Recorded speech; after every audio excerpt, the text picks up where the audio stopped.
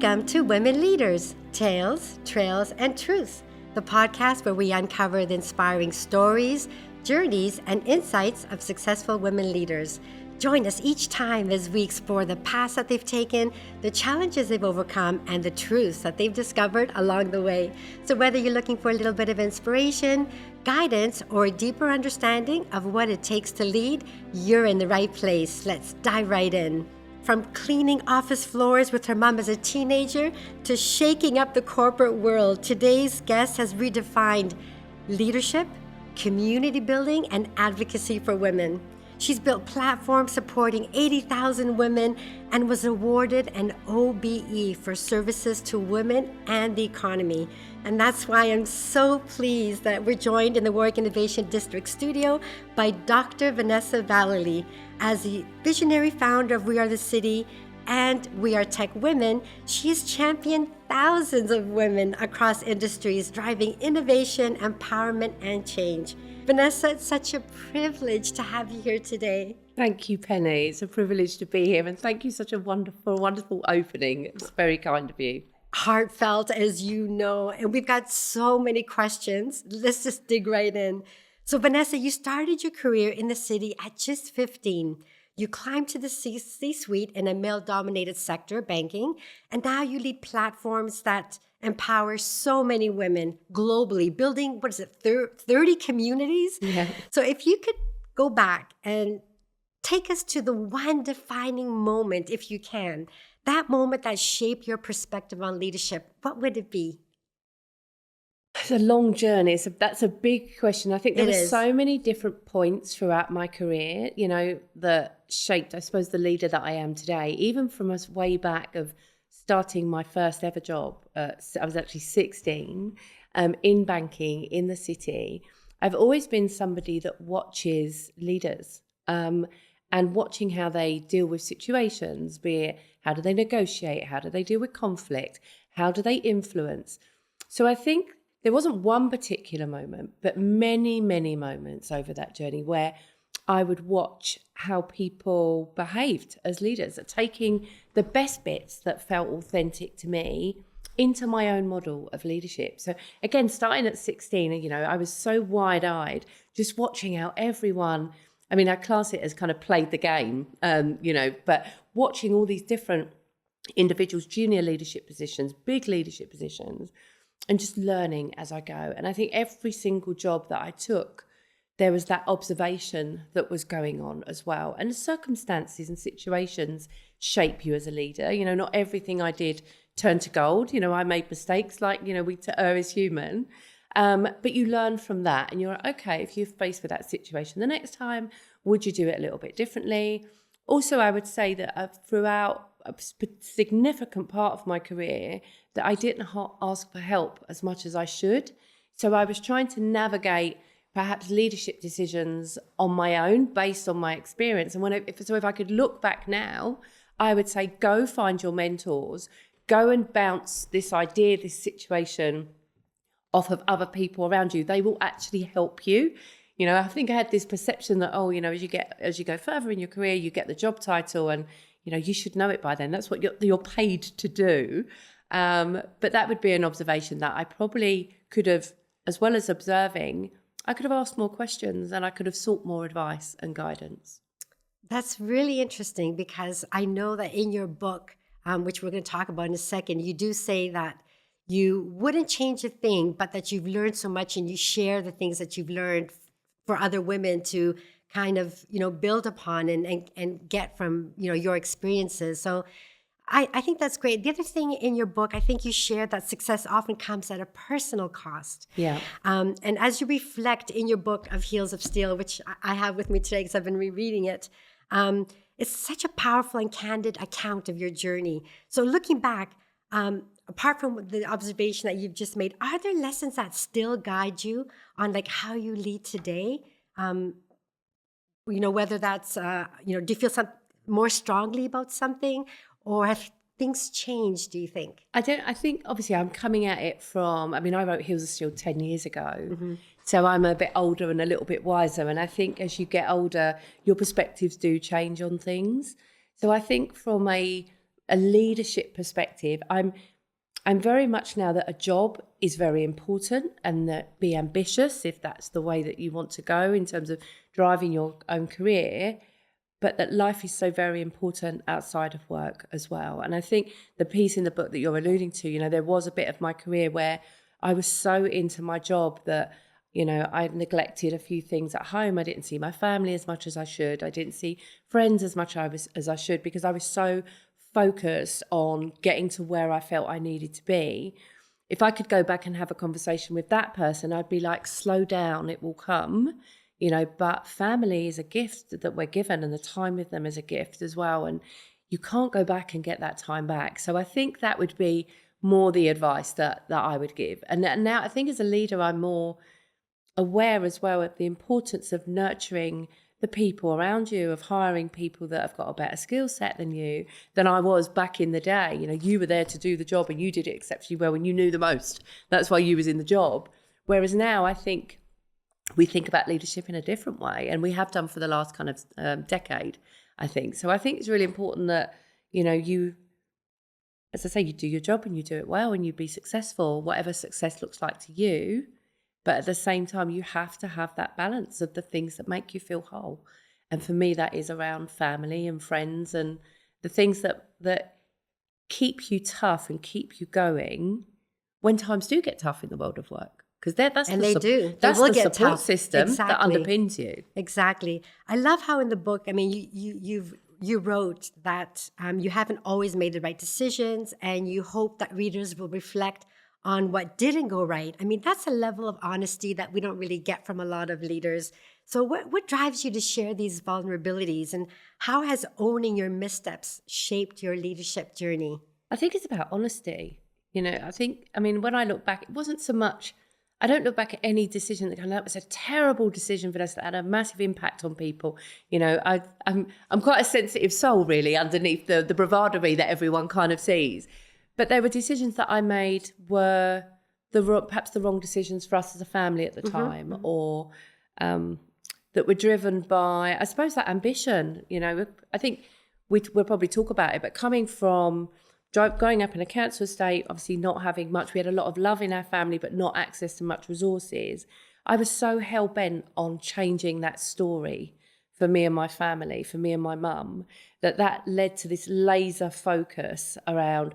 And it didn't come as a consequence of taking people out to get there. I'm quite proud of that. But it was this work hard mentality that I had to kind of get to where I needed to be. And I think what I should have done, and perhaps in the middle layer of that, is to say, okay, you can still have that, but you can still, be at home, be the mum, be with the kids, be everything else. But things were different then, Penny. They were. And perceptions of, I remember even at the school gate, I was the one that had this high-powered career. And, sometimes people didn't really talk to me that much at the school gate. I think the worst one, when my childminder, I never had a nanny, I had a childminder, and I always loved to mention her because she was with me for 15 years. My story wouldn't be the same. I used to drop my daughter off at a nursery, and she worked there, and she was like, I'm thinking of leaving. And I absolutely adored this woman, and so did my daughter. And I said, well, look, come and work for me. You can continue to do your exams, you can use my car. And then she came and worked for me, and then I got pregnant with my second daughter. And she just stayed with me through the ups and downs of my career, sometimes being there at 7 a.m, not leaving till 8 at night. And then obviously as the kids got older, and it was like, oh, mum, do we have to have a childminder? We're grown ups now, at 8 years old. So she stayed with me the entire way. So I think that was, having that support system was really, really important as well. Important then and important now. Yeah, but it did lead to a situation. She used to drop my daughter off when she first started school. And then one day I left work early, and I thought I'll go and pick her up, and they didn't know who I was. And it broke my heart because, it was only 3 weeks into her starting school, but it was like, oh my God, they don't know who I am. I'm her mum. But, I talk about it with the kids now. They still like me, They got a very strong work ethic, both of them. And it wasn't like my first actually ever job. I did work from home a couple of days because we worked for a big computer company, and they couldn't afford to have us on site because space was at a premium. So I was at home for a few days in the beginning, but very short maternity leaves, 3 months and 4 months. But it was a dual income family, needed the money for both of us working. And I was in tech, and it was moving so quickly. I felt if I didn't get back, my skills would be obsolete. So do you think that people need to go through challenges, almost embrace them to be successful? I don't think any of us run towards challenge. None of us really want them, but it happens, doesn't it? Circumstances and sometimes things that just come out of left field that we're not prepared for. I think you can sit and think of all of the eventualities and how you would deal with them and things like that. And I'm quite a strategic thinker. I'm always 6 to 12 months ahead of everything, even at home. I'm going to ask you about that. And at work in my head. But you can't prepare for everything. You just got to do the best with the knowledge you've got. And I think now having such a wide network of leaders, incredible leaders around me, and I'm not frightened to ask for advice because I don't know it all. Even at this juncture. That's the level of honesty, and that's what we need to see in leaders. It's okay to say that and admit that. But we're not born knowing it all. And again, you may have had a real smooth leadership journey where you've not faced any challenges. I remember back 2008 financial crisis, that required real leadership. How do you motivate thousands of people when, their colleagues are losing their jobs, the bins are getting taken away, even the plants in the office, there was, how do you keep people passionate and motivated about keeping the business afloat when you've got no tools to do so? So those moments of crisis, I think, is where those real leadership comes into play. COVID, for example, as leaders, we all had to adapt. What does that look like? How do we keep going as businesses? But absolutely, how do we care for our people while this was going on? So all of these, and who saw that one coming, Penny, right? Nobody. Nobody. Who knows what's around the corner? I wanted to ask you about something that you wrote in your book's dedication. You wrote, of course, thanking your family, etc. And you also wrote, for those who told me I couldn't. Oh, there's so many of them. What would you say to them today? I did. I think there are a lot of people that had perceptions, I think, in the beginning, even from when I left school. Wide Cockney accent, wrong side of the tracks. I went down some pretty dark paths as a kid. I could have turned out a much different way. And I think, even from the careers officer that said girls don't work in banks, you'll never get that promotion. You can't write a book, you're not very good at this. And people sow these little seeds. And I say this on my talks, a tiny little seed, a flippant comment that probably meant nothing to somebody.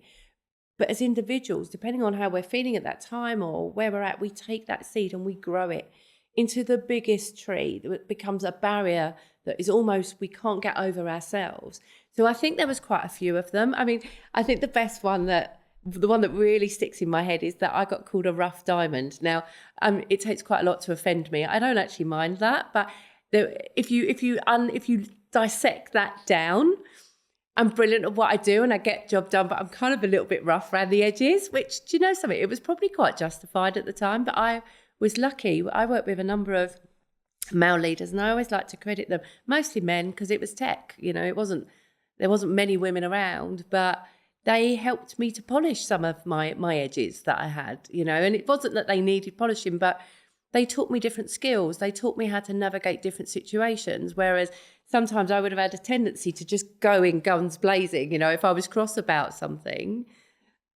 A little bit of more tact and diplomacy, that there are many ways to influence rather than, going in that kind of manner. So in a way, I wouldn't like to say, maybe that polish is not the right term, but they definitely helped me to adapt in certain situations and have a more calmer leadership style. So some of it was constructive. I don't think it was ever with malice. I think it was meant with the best possible intent. And, they've done the work. They invested in me. They gave me opportunities to go and practice those new skills. And my story wouldn't be what it is without that support, that mentorship, that allyship. So I am grateful. I like that. And what about a follow-up to Heels of Steel? I think you're thinking about writing a second book. Penny. What I've lessons, been trying for 10 years. What stories are you going to put in that one? I always said that there would be 3 books. Okay. So the second book, because if you look at Heels of Steel towards the end, I am hanging up my corporate boots and I'm going on a sabbatical, and that's how it ends. That never happened. Within 3 months of so-called sabbatical, I'd already set up WeAreTheCity in India with a wonderful lady called Caroline Graham, and then spent the best part of 12 months building kind of WeAreTheCity in India. and then subsequently created WeAreTechWomen. And everything that went like that. So I never really got the rest. So the second book was always about the journey, the transition from corporate to entrepreneur and all the trials and tribulations. And I thought I could potentially write that book after about 2 years of being an entrepreneur. I'm like 10 plus years in, if not more. That's a lot of stories you're going to share. Oh, it's going to be about 9 books if I started writing it now. So the second book was always going to be about the transition. And then the third book was always going to be the transition from entrepreneur to philanthropy, and more of the charity work. And the other area which I'm really passionate about, which is the education of kids, especially from areas like what I grew up in. So that was that's the whole kind of strategy. But there will be a second book. I'm planning to start it in the summer. It's slightly late. I'm not quite sure. I've written about 4 different models about what this book will be about. But it keeps changing because you adapt. It does keep changing because things keep happening in the world that send me off course, and there's a load of lessons to be learned around that. And I'm like, oh my God, if I'm going to write something now, I should include that. So I need the world to stop for a minute and just let me write. Maybe you need to stop because you're always so busy. I'm going to ask you about how you balance all these things, the philanthropy and education piece. But look, your leadership journey has been extraordinary, from banking to becoming a CEO. I mean, you're a trailblazer for gender equality. So what do you believe has been that most single important trait that's helped you to lead through such varied experiences? I think I'm stubborn. Okay. Tell us more about that. No, I think there has been many times throughout running either WeAreTheCity, WeAreTechWomen, where, you could just give up. It's hard, getting money out of companies, corporate sponsorship, because without that, we can't do the work that we do. Things that happen in the world like COVID, we couldn't get to our communities, right? So everything, we literally flipped on a sixpence. Everything had to be virtual, which we did. We did awards virtual. We did the biggest conference we've ever done. So I think there's so many different things that have happened kind of along the way where it would have been easy to say, do you know something, this has just got too difficult. But especially now, I look at where we are as women in the workplace and women in society. And it's not a great story, Penny. If anything, certain areas have got worse for women. So every time I feel like, oh my God, I'm going to give up or stuff like that, I look at this huge amount of work that still needs to be done.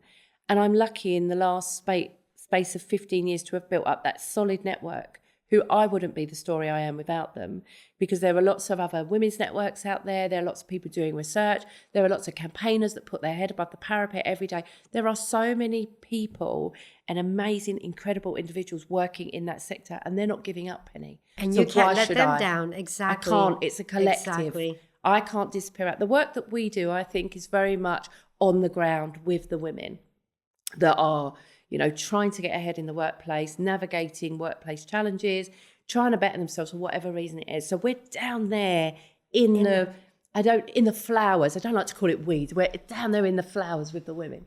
But there's other people that are having bigger strategic conversations, the ones that are challenging government, that say they're doing the research to say, look, if we could just do this, it would change the landscape. So whilst all that's going on, I don't know, I feel part of a very big family of other organisations and other women, and we're all trying to do our bit to achieve that big outcome, a fairer and more equal society for women. So I can't give up, as tired as it gets, as tired as, I may feel, or the days of frustration with, waiting for funding and we haven't got it, which, okay, rather than going, okay, we won't do that, it's a brainstorm of, we're still going to do it, but we've just got to be innovative. We've just got to think about things in a different way. Always that bigger picture in your mind and the bigger purpose of doing stuff. And it doesn't have to be grandiose. Okay, can we just nail this down, and can we do it in smaller chunks, or what is the biggest priority out of what it is we was trying to achieve? So, and I'm in a room, but I think when I first started in 2008, and I often say this, gender was on no one's agenda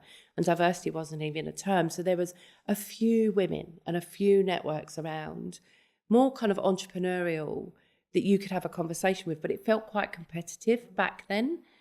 I think now it's such a different landscape. There are so many organisations. We're a big believer in collaboration, where, okay, if we don't have the money to do something, but you've got a client that has the space. Let's join together and we'll do it together. I'm going to ask you about that. Yeah, but because supporting you've got that each other. amazing skill to bring people together to work for a common purpose. It's not competition. Absolutely. I can't it's collaboration. deal with people that are I don't like competition, and I don't like when I see behaviours that showcase that. I think we're all trying to achieve the same thing. And if we came together, how much more quicker would we get to where we need to get to? I agree 100%. Before we get into those questions, I wanted to go to the social media post that you wrote not that long ago. And you said, back in April, I received an email that made me cry in a good way. What did that moment mean to you, especially looking back now at your perhaps 15-year-old self? That was the email, of course, that you got saying that you got the honorary degree. So you said, I never got to go to college or university, and that is something I've carried with me my whole life. I think I was always frustrated that I didn't go on to get the education to achieve the big dreams that I had. So, and I always said I would go back to, I'd go back to college at some point, and obviously life takes over. And I did go to a business. I used to carry this massive chip on my shoulder about my lack of education. And it would surface in my own imposter syndrome. It would surface in rooms where people had lots of letters after their names, or people were very well spoken. I think it was a reminder that, sometimes I don't pronounce my H's, as one boss told me. There was that. If someone said to me, where did you go to university? I couldn't answer the question. Mm-hmm. So I carried it with me a lot. I learned strategies to deal with it. But even to the point of one of my bosses, I used to say to him, I wish I'd gone to college. I wish I'd gone to university. I just see some of the things, some of the skills that you guys have got. And I would have learned that, I think, if I'd have gone there. And I think I annoyed him so much. He did send me off to business school for a very, very short leadership kind of like mini MBA program. And I come back from that and it still didn't fill the hole in my soul. So it was going to be something I would do in retirement. And then I got this email come up. And I opened it and I thought it was spam at first. I didn't think it was real. And then as I started to read through it, that Warwick University, one of the best universities in the world, were giving me an honorary degree. God, I get so excited even just talking about it. And my husband had just left for the gym and I rang him and I was in tears. And my husband's like, what's happened? Like, who's died? Like, and I'm like, I'm getting a degree. He's like, but he literally almost wheel span back into the drive and running the house because he knew how much it meant to me. So that was that. And obviously I couldn't tell anyone for like a couple of months until it was released. And I was chomping at the bit because there were so many people that knew what it meant. And I can't explain it. Even coming here today, as I was driving up, the feeling of joy that I get that you guys gave that to me, a very, very special moment in my life. And don't get me wrong, it didn't make me deserved. Immediately smart or, all of something like that. But just, my husband and I have worked really hard over the years because I wanted to give my kids the opportunity to go to university. They'd be the first in my family, of which me and my elder daughter went, and then obviously Ella, and we were so proud of them. And I kind of was living my dream through them, watching them, get their degree. Mia's got a master's as well. And then they got to come to a ceremony with their mum. How cool is that? Which was, as I say, it was magical. As I said to you before, there's a video of that day, a little Instagram reel, and I watch it now, like in moments where I feel down, and I watch that and it makes me cry, but in a good way. I love that story and how your husband rushed back to congratulate you. And you said there are times I have sat in certain rooms, I've been seated alongside others where I felt like a complete imposter. What is the truth about imposter syndrome? Do you ever still feel it? Of course I do. But somebody said to me, it was on one of our conferences, and the lady's name will come to me in a minute. She said, Vanessa, it's not a syndrome, they're moments. And I've passed that on into the ladies that I speak to because they are moments. I could feel perfectly confident walking in here with you. I don't have an ounce of imposter syndrome. I'm comfortable. I'm at home at Warwick. I'm with someone that I know. But then I could walk into a room where perhaps I don't feel that I have the same knowledge that's in the room. It's in a strange place to me. And I will have that feeling. But I know it's a moment in time. Eventually, I'm going to get to know the people in the room. I'll find my spot where I can add value, and then it's gone. So I think if we acknowledge them as moments, I've kind of well got over the thing around my accent. I mean, I suppose it's refined over the years. I still don't finish my sentences properly, and I still throw in the odd kind of colloquialism or word that means something in my world. But I wouldn't change that for the world now. I don't want to. I've got no desire to polish that at all. I am who I am. But I think back in the day, there was definitely circumstances like that where I was worried that I couldn't articulate myself. I didn't have the wide vocabulary that some of the people that I was honoured enough to sit with had. So it was things like that, but they are moments. They are moments in time. And yes, of course, I still get them. I think as I've got older, I just know how to deal with them better. Okay. I've got, rather than an inner critic, I've got someone that says to me on the other side, you've not done too bad, Vanessa, you know.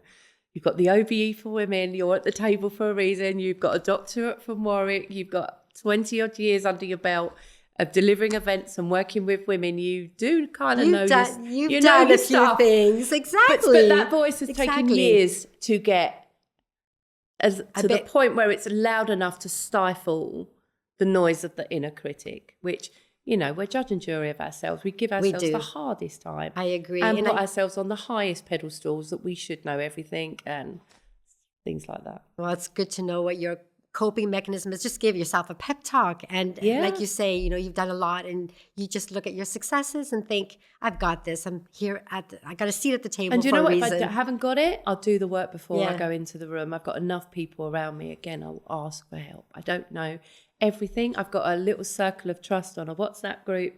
There are things that I don't understand, you know, more technical things, you know, data regulations and things like that sometimes come into my work. I'll go to the Centre of Excellence for that and I'll ask the question. Yeah. Sounds perfectly reasonable. So what is your definition of a leader? I did read an amazing quote actually recently about the fact that a leader doesn't just lead, it's about what they do with their people. You know, that is a testament to your leadership, how successful your people are. I think to me, that is it. If your people shine, your people are doing well, they're happy in the environment, you've built the good culture, that's reflective on you as a leader.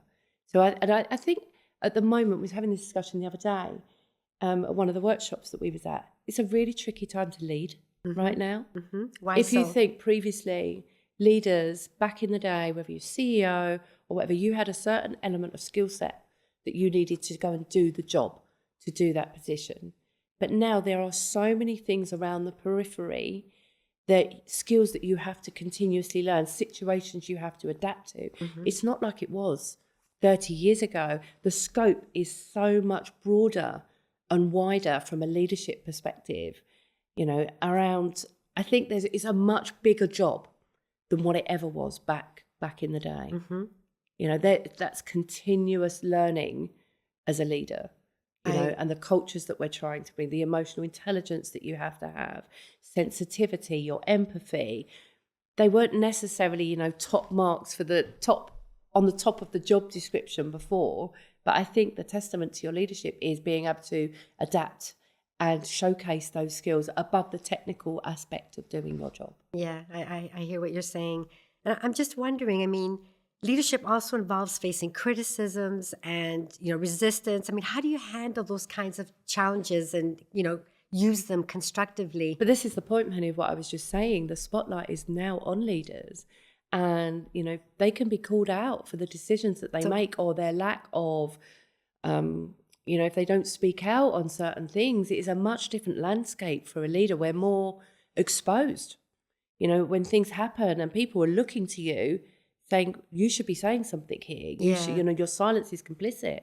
You know, so I think it's you have to be much more self-aware as a leader, I think, around different things that are going on in the world and what your position is on that and the implication of that position on the people that work for you and the people who are around you.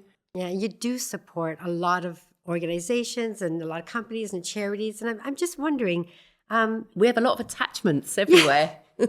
Where do you turn for guidance and support and encouragement? Do you have you mentioned that little my little circle of trust.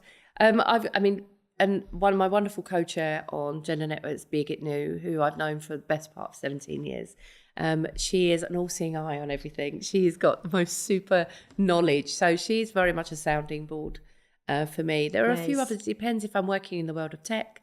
Debbie Forster, Karen Blake, certain places where I go that give me guidance. There's a number of different people that they probably don't even know they're my mentors, but they are sounding boards. But also young generations as well, young talent, mid-level talent, some of my award winners.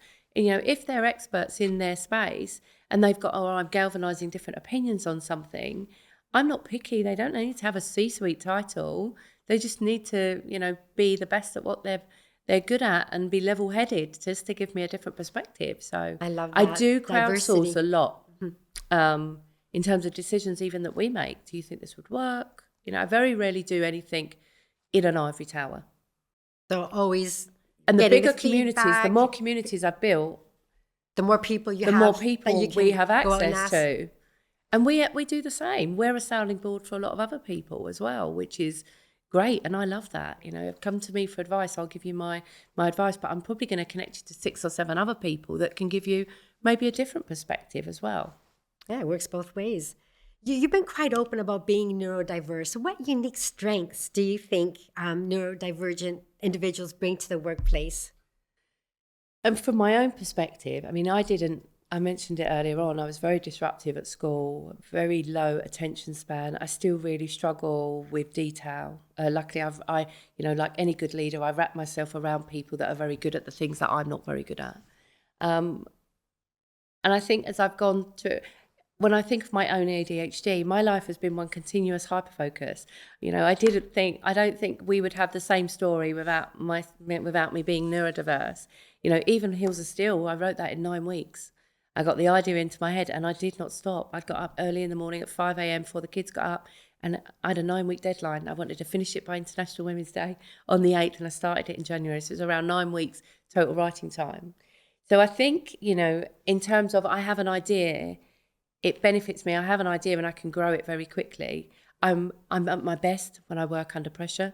I think I told you a story earlier on where I went to do a talk and I assumed the topic was one of my normal ones and it wasn't. So I literally knocked out a deck in 45 minutes and delivered it within an hour. And got great feedback. Maybe that's the benefit of lots and lots of years of experience. But that's incredible. When my feet are held to the fire, I can work at the most incredible pace. And I think the conversation around neurodiversity over the last couple of years, and we've covered it, I've pulled together panels so that people understand it. We all bring different unique strengths to the table. And I think understanding people, the makeup of neurodiverse individuals, we can play to those strengths. And there are so many strengths there. Should organizations be harnessing those strengths more, do you think? Absolutely. And I think we have seen that. Things are changing. Things are massively changing. There's awareness of the different kind of neurodiverse traits and like support systems and stuff like we never had that before. Also, I don't think we had the beauty of being able to say with confidence, I'm neurodiverse. We can talk about it now. I have ADHD, I have dyspraxia, whatever it may be.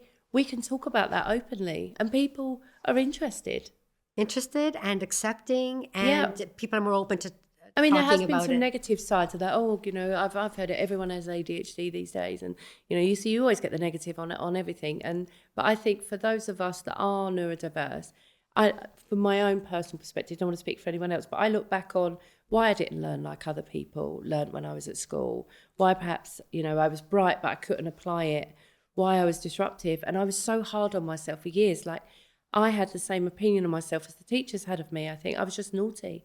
And now I look back and actually I wasn't naughty. I was just a little bit misunderstood because, especially with ADHD, I think I did a panel for this as well. It's for boys, right? It's not for girls. So I think now, from my own perspective, it's been and I know some people don't like to use the term, it has been a superpower for me. When I look back on a lot of the things that I've done, things that I've delivered under pressure, it's definitely that has kind of helped me. And I think there's a stat, isn't there, that a lot of entrepreneurs are neurodiverse. Like from my own perspective, I don't like to follow rules that much. You know, I'm a bit of a, I'd say I'm more of a rule flexer now I'm older rather than a rule breaker. But, you know, I see things as challenges. And then you use that focus to find the solution and go. And don't get me wrong, Penny, it has its moments where it's exhausting, because as much as you could be absolutely hyper-focused on something and I can knock something out in half an hour, I can also go completely the other way. And it's almost like an immobilization where I just can't do anything, you know, and I can't get that idea that I know what I've got to do, and it's sitting there and the clock is ticking and ticking, and I will leave it absolutely to the last minute to do it. So it isn't all roses. There are other things, and those hyper-focuses can be very exhausting as well, because you just can't stop. And speaking of exhausting, I know we've had conversations before today. March has been an incredibly busy time. So many keynotes for International Women's Day. You just did a global tech conference with over 2,000 people a couple of days ago, and now you're working on WeAreTechWomen Festival. I'm curious, how do you rest and recharge? I've got my hobbies. I've got my 3 dogs. I love to garden, and I try and do an hour's gardening a day, even if it's outside work hours. I box. I'm a lover of boxing. I've been doing it for 2 years. I tend to do things that require me to be able to switch off.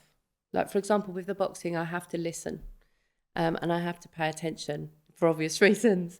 So that is a great way, because my mind is full of ideas every single day. So it's a way to switch. Yeah, there's 100 million tabs on, and there's about 95 different voices going on at one time. So if I can find anything that slows me down, like I've taken up yoga recently as well, which is really, really hard, but I absolutely love it. I think what people say to me, where do you get your energy from? I'm lucky, I've always had a lot of energy. And again, maybe it is the neurodiversity side of me, but I'm very passionate about what I do, and I get very excited about things that I want to do. And again, it goes back to having this network of people around me. So if I come up with an idea, I'll bounce it off a couple of people in my network. And because I suppose I've been around quite a long time, I can mobilise things quite quickly. And that fuels the passion. And then I suppose there's some neurodiversity in there around focus and getting things done. So there's often times where I know I should sit back and rest, and there are periods of the year where I get to do that.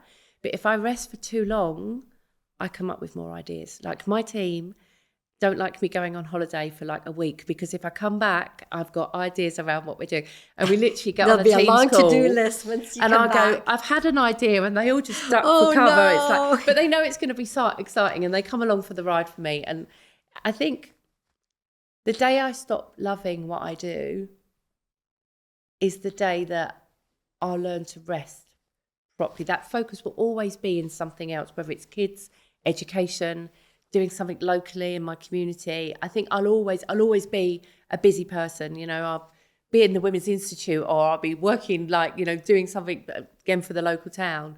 I don't think I'll ever slow down, because that's just not in my nature. You won't stop completely. But, you know, there might be good to have a habit or routine to kind of maintain that energy and the focus throughout your career. But it seems to me like you're able to manage it well. And I do sometimes. Don't get me wrong. I don't want to come across as, oh God, I've always got all this energy. I told you, I have periods of time where I'm literally on the floor trying to mobilise myself. Yeah. But I've learned also, I'm very lucky, I've got a very good team. That's really helpful. That have over the years continued to step up and step up and step up. And even the big conference that we did, my team did all of that. I did 10 recordings this year. Last year I did 26. So a lot of my award winners stepped up and did some interviews for me. We had more tech women. So I stepped back a little bit. I oversaw it, the strategic design of it, bringing the money in to fund us to do it. It was the 6th year, wasn't it? So it was the 6th year. But now, bit by bit, I'm able to step back from things, because my team are so brilliant at what they do. And they just step up. And I had that conversation with them last year. You know, I need to free up some of my time to do some other things that I'm passionate about. And they just continue to step up and fill those gaps with things that I used to do, which is brilliant. That's as long as I'm not coming up with ideas for us to do more. Well, that's at the point where you want them to be, basically, is that, you know, talking about what makes a great leader is empowering your team and getting them to... I trust them. And they know that, you know, there are certain things that they still come to me with, but by and large, you know, I said to them the last time, you design the festival. Why does it happen? We've run these for the best part of 8 years, various You know what big it's going to events. look like. You know what it looks like. You hear from the community. You're on the WhatsApp groups. You design it. And then I'll just maybe finesse it or say we need to come and speak to that topic or something like that. So I think that's really important. And that gives me the ability to take a bit of a breath. Good.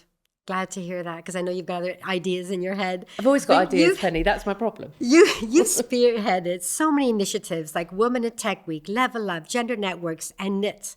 So how do you build effective collaboration to drive real change? We talked about you're a big fan of collaboration, but how do you get the support of people? So take Women in Tech Week. So that was an idea, right? So we had Ada Lovelace Day, and I saw all these other weeks for different things and different celebrations, and I just thought, why is there not a week for women in tech? You know, that's like my big passion point. Yes. Around Ada Lovelace Day. So some companies celebrate it, do events, and I thought, how amazing would it be if we had a whole week of events? They could be virtual, and we got companies to put on just a breakfast for their women, a good way to retain, finding out, what can we do to support you and stuff like that, but open up their doors to 20 external people that might be in the local area. And wouldn't it be brilliant if we could have these across the UK? And in my mind's eye, it was going to be a 10 to 15 event. That's basically what it would have been, as close as we could get to all the major cities. And then I started to reach out. There's about 50 or 60 different women's networks that are around the UK. And then I reached out to my clients and said, would you just host a breakfast for this week for your own women? But would you open up the doors? And what we're going to put all of that onto a master calendar, and we're going to do our best to promote it. Well, it ended up being, I think it was 73 events. Everywhere. That's a lot. From Cornwall, we had a women in tech group, swimming in the sea, tech girls, I think they're called tech women, swimming in the sea in Falmouth, talking about the barriers that they faced as women in tech. We had women in Edinburgh. We had refugee women that are working in the UK in tech. We had stuff for kids, stuff for teenagers. We had all of these events, Manchester, Birmingham, Bristol, Edinburgh. We were all over the country. And it was incredible that everyone come together off the back of this idea. And I suppose in as viral as it could go for me, that little idea just got picked up by other people and they got excited about it too. And that's where collaboration happens, when everyone is equally excited about this idea, and we've made it easy. It's a win-win, basically. You just put on, you've got nothing. You're giving them, asking them to do something quite small. Something that they already do, but attach it to that week. Exactly. And then, it was incredible. It sounds amazing. It was amazing. And obviously we're doing it again this year. There's a few little cities that we didn't manage to pick up. And who knows, maybe some global stuff in there as well. But it'll be the second week of October. But the collaboration point is, we'll always ask people, do you want to get involved? We do it all the time. Or we'll offer up, oh, you're doing that, looks amazing. Can we help support you? We've got X amount of thousand women. We can promote it. So we'll put it on our calendar. Can we do a post about the founder of who's putting that together? So all of that kind of different support. So I suppose over the years, there's lots of collaborations with lots of different organisations that we've worked with that supported us or we've supported them. And those relationships are kept warm. I might see something on LinkedIn, someone's doing something, and I'll reach out to them and say, that event looks amazing. Can we help? Like, we'll put it on the calendar, or, what can we do to kind of help you? No other reason other than we think that is so great, it should be bigger. Can we help get it to a different audience? Yeah, I love that. And that's how you've built all those communities. Yeah, absolutely. Like, we're doing a suite of, we noticed there was quite a lot of job losses at the end of last year, and we've seen it with our own community. So we're partnering, I think they start in April, with a company called City CV, who are going to do a series of webinars for job seekers, everything from LinkedIn to CVs to interview skills. Because also sometimes when you've been in employment with the same employer for 15, 20 years, you've not got a CV. You have to think, well, how do I put 20 years into that? Maybe you've not been to an interview for the last 10 years or 5 years. So we can't assume that those skills are just for new job seekers. So like collaborating with City CV on a suite of webinars that we can put out and help people that are seeking new jobs and things like that, or seeking to move.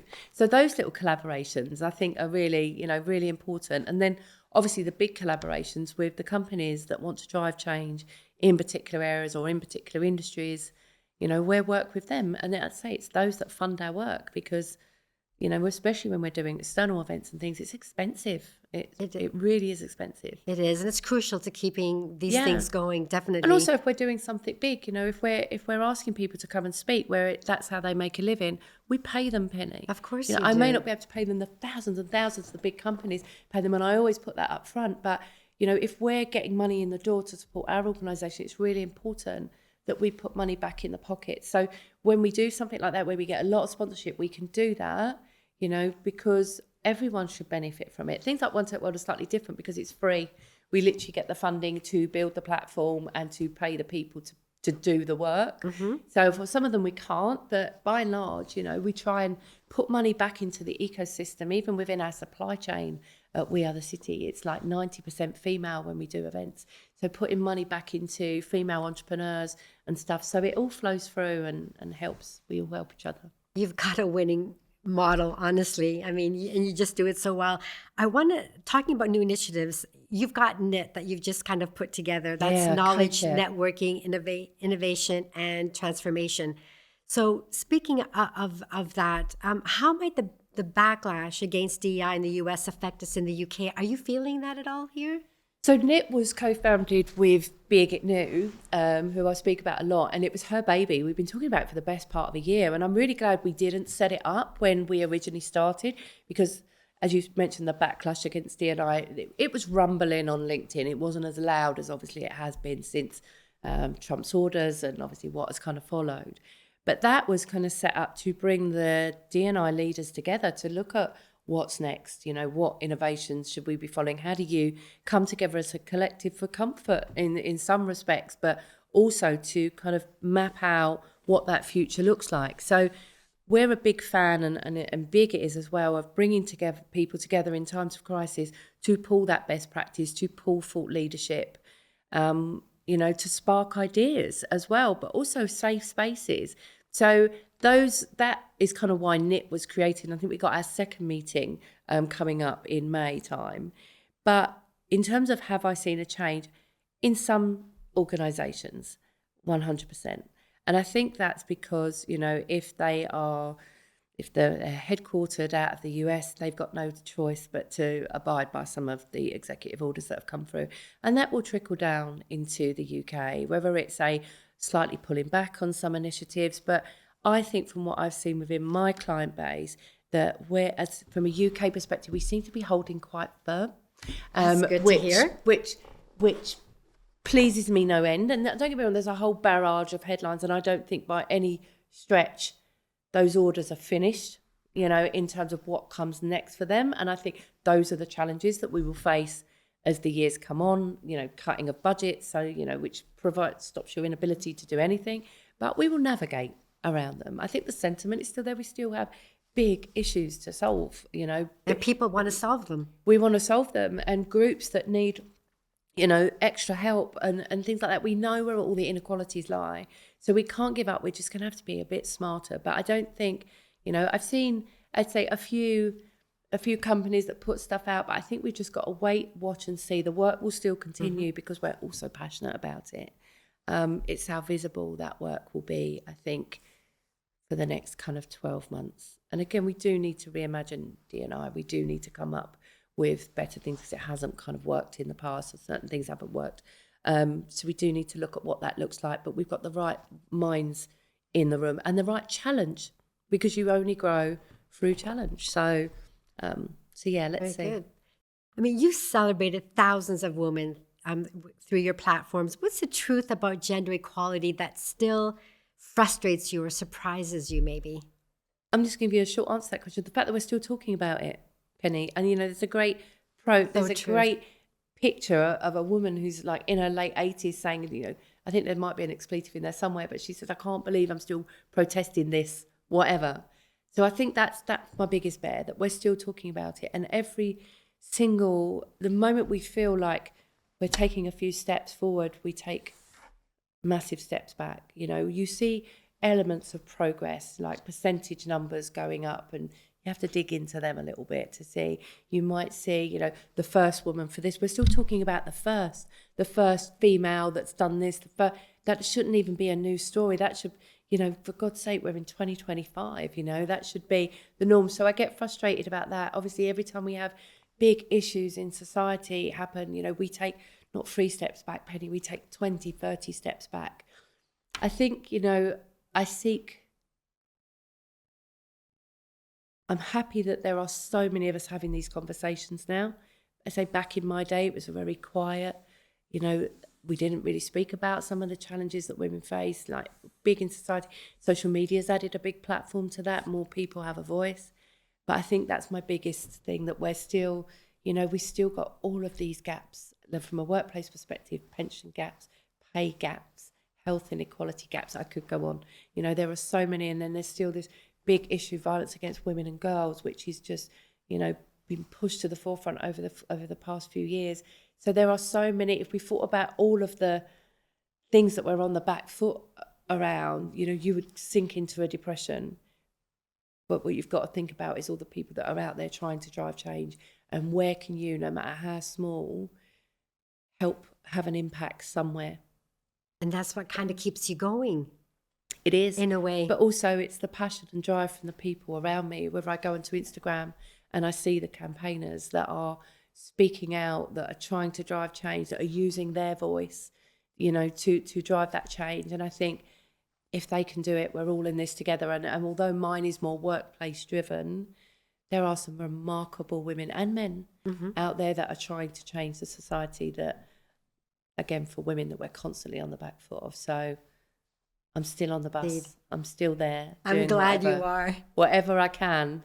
And the more however of us, small that may it's a be. stronger voice, as opposed to just having one person work on something or shout out about something. If there's a whole bunch of women and men working towards voices, it is collective voices. We go forward a bit faster.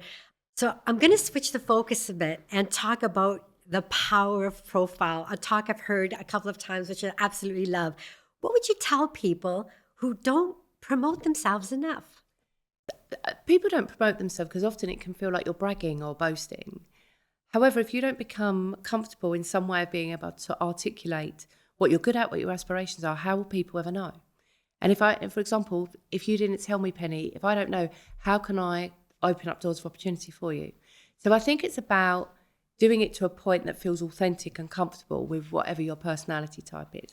But I think it's having the bravery to, if an opportunity is there, to not be the one that walks out the room and say, I wish I would have said something, to say, actually, I've got experience within what it is that we're trying to achieve, and maybe a very short story of where that experience come from. I think I could add value there.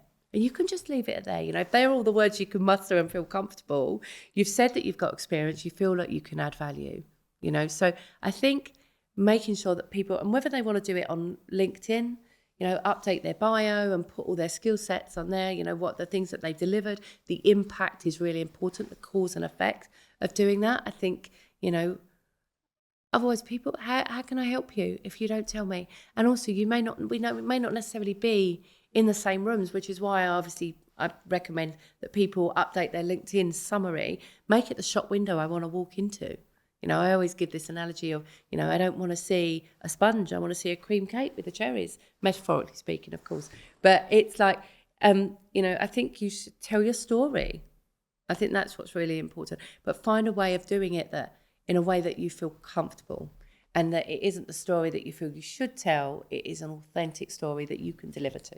Love that. Great message. And you've been dubbed the most networked women in the city. I think that was Evening Standard. I don't know if I am anymore. I've probably got a few connections still. I think you've got a few connections. But how important is network, really? Really, how important is networking? I think, first of all, it's that word. If I could get rid of it, I would. Does it bring fear to people? Of course it does. Networking. And also it feels like another thing that you've got to bolt onto the side of your day job. All we're doing, and I say this in all of my talks, we're just having a conversation, Penny. That's all it is. And we do it naturally. We're all waiting for the bus and the bus hasn't turned up. We start talking to each other at the bus stop. We talk to each other in the ladies. We talk to each other if, for example, we're in a scenario or a situation where we know two people and there's a third party there. We're a lot more comfortable talking to someone. So I think it depends on the situations you're in. But absolutely, building relationships is key to your progression. but also for your knowledge as well. Building these relationships, finding out what you do, your thought leadership on things. I may go away and think about that. I may reference something that you said to me, crediting you. So the bigger though the fabric of that relationships or those relationships are, the better. And you think of how many different people that can help make ideas happen, how many people you can help. So I think if people just said, I'm going to do better at building relationships with key stakeholders or people in this particular area of expertise where, I know that I need to focus, and we take away the I'm going networking, just having a conversation. Reframe it. We're having a chat with someone, getting to know someone. We're just talking. We're just talking. That's and it. Who knows what can result. And don't get me wrong, Penny, sometimes it's really daunting. Even I sometimes, I walk into a room and there's 500, 600 people, and that is not a welcoming. It's overwhelming. Environment. It is overwhelming, as welcoming as you could make it. I mean, we do it with our own events, but you don't want to go and break into a conversation. Are two people chatting because they haven't caught up for 10 years and you pop your head in. And I always say, always look for frees because there's always someone spare, if you're just a little tip there. But, I think it's really important that we build those relationships, and also in areas where are not necessarily attached to the business that we're in. So, I always advise my ladies on WeAreTheCity, go and hang out with the entrepreneurs, go and hang out with women in oil and gas or women in energy, go and hang out with different networks, different perspectives. So, you're involved in so many diverse activities. How do you feel fulfilled at home and at work? So, obviously I've got children, although I say I've got children, they're 21 and 24. I still have lots of family time and things like that. I think as long as I get the balance of both, for me, that I feel like I'm adding value in terms of WeAreTheCity and that we're evolving, to, where we want to get to and the things that we want to achieve. But I also get to feel like I'm Vanessa at home. And that means I can do, whether it's sport, whether it's walking my dogs, whether it's in the garden, whether it's family time with both of my daughters. And one of the things I've been talking to both of my daughters around is how important it is that you feel fulfilled outside of work and also inside of work. Because if you feel fulfilled outside of work, you turn up as a better employee. And I think companies that breed cultures that enable people to do that, to have that time outside of work, whatever that looks like, you just get better employees. So I think that's really important, that you are self-aware enough to know when you're on the edge of the scales are tipping too much. You're doing too much at work and you feel a little bit like you're not getting that home time, the stuff that keeps you grounded, the stuff that keeps you level, the stuff that makes you happy. So I think it's just watching the balance of those things. And if it tips too much on one side, then straighten it out again. Again, it's all to do with self-awareness and knowing in yourself. I know when I'm too much at work, when I'm kind of on that trajectory to be doing too much and I'm feeling resentful because I can't go for a walk with my dogs, or, I've got to be on a 5:30 in the morning train or something like that. It's like, okay, I see that and I'm like, right, how do I pull this back so that I get that balance, so that I feel like I'm adding value wherever I am and I'm happy as an individual. You'll be happy and you'll be more productive and you'll just be, more well-rounded, well-balanced person. And it goes back to what we discussed in the beginning, do your job, be ambitious, 100% do it well, but be happy as well. I think that's important. Like that. You talked about being self-aware quite a bit. What advice would you give to someone taking their first steps into leadership? I think self-awareness is very important as a leader, because sometimes you need to take some time out to actually reflect on the decisions you've made, the impact of those decisions, how are your behaviours in that situation, because also the observation that you're a role model as a leader and people are watching you. So I think taking time out to actually work on yourself is a fundamental part of leadership. How do I be better? How do I show up? What are new innovations, new thinking, around different leadership kind of, areas. And I think sometimes when you go at 100 miles an hour, you don't often have time for that self-awareness. So it's just taking yourself back a little bit and thinking, work on yourself rather than constantly. I think we describe it as like when you work in your business rather than opposed to working on your business. Just kind of taking that step back and kind of looking in and say, okay, how do I improve my own leadership? Just a couple last questions. as someone with a highly decorated career who's achieved so much, what's next? What's next? I mean, obviously we're in turbulent times in the world, in our kind of landscape. But as I said to you earlier on, so far so good. It seems like we're holding firm. For us, we will continue to deliver opportunities that shine a spotlight on incredible women across a multitude of industries, learning opportunities, leadership programs. We've got next thing coming up is our WeAreTechWomen Festival, which is in person, but we'll also live stream that. We've got our Tech Women 100 Awards, again, shining a spotlight on 100 incredible women in tech. We'll have WomenInTechWeek, which, bigger, better, maybe a little bit more global this year. So, who knows, maybe 100 plus events that will be going on for women. And then we'll have a LevelUp at the end of the year, which is our big leadership conference. And in between them, we have ad hoc events. We've got a very exciting piece of research coming out with Oliver Wyman that's looking at why women are not progressing in tech as fast as they should be towards the C-suite. So we're getting under the skin of some of those barriers, talking to senior women. So that piece of research is due out in June. So I'm very excited. I can't wait to read that. Lots of recommendations for companies to, let's try and finally shift that needle. And so that we're not talking about it at all. We're doing. What's the last key takeaway you'd like our listeners to remember from today? I think it's the value in, again, working on yourself and having that self-awareness. I know I've waxed lyrical about it, but I think we get, and I talk about this in my talks, we get so busy. Penny, life is so very busy. Work is busy. Home life is busy. And we get entrenched in doing the doing. We get our heads down and we do our jobs. And I think sometimes what I'd like people to take away is, when is the last time you took all the distractions away? Even if it was for half an hour, go and sit in a park and think about what your priorities actually are, what you could stop doing, what other relationships that you need to build. Just go and have some thinking time. It's actually a chapter that was taken out of Heels of Steel because it was too long. But that thinking time to actually think about what that future looks like and how you can achieve the balance that you want that makes you ultimately happy as well as productive. And still so valuable today, even maybe more so today, that our lives are more hectic and busy. Yeah. I love that piece of advice. Vanessa, thank you so much for sharing your fascinating story and your leadership lessons. You're hugely inspiring. And, we can't wait to see what's going to come next because, you're going to, I know, have an impact on so many people around you. So we're in store for some fantastic things coming up. So heartfelt thank you for your time. And really for all you do. Thank you. And a thank you to you, Penny, for this podcast. I'm loving seeing it grow. It's an honour to come back to Warwick. I feel very much part of the Warwick family. So thank you so much for having me and as part of this conversation. Thanks. You're welcome back anytime. I'm coming. Thank you.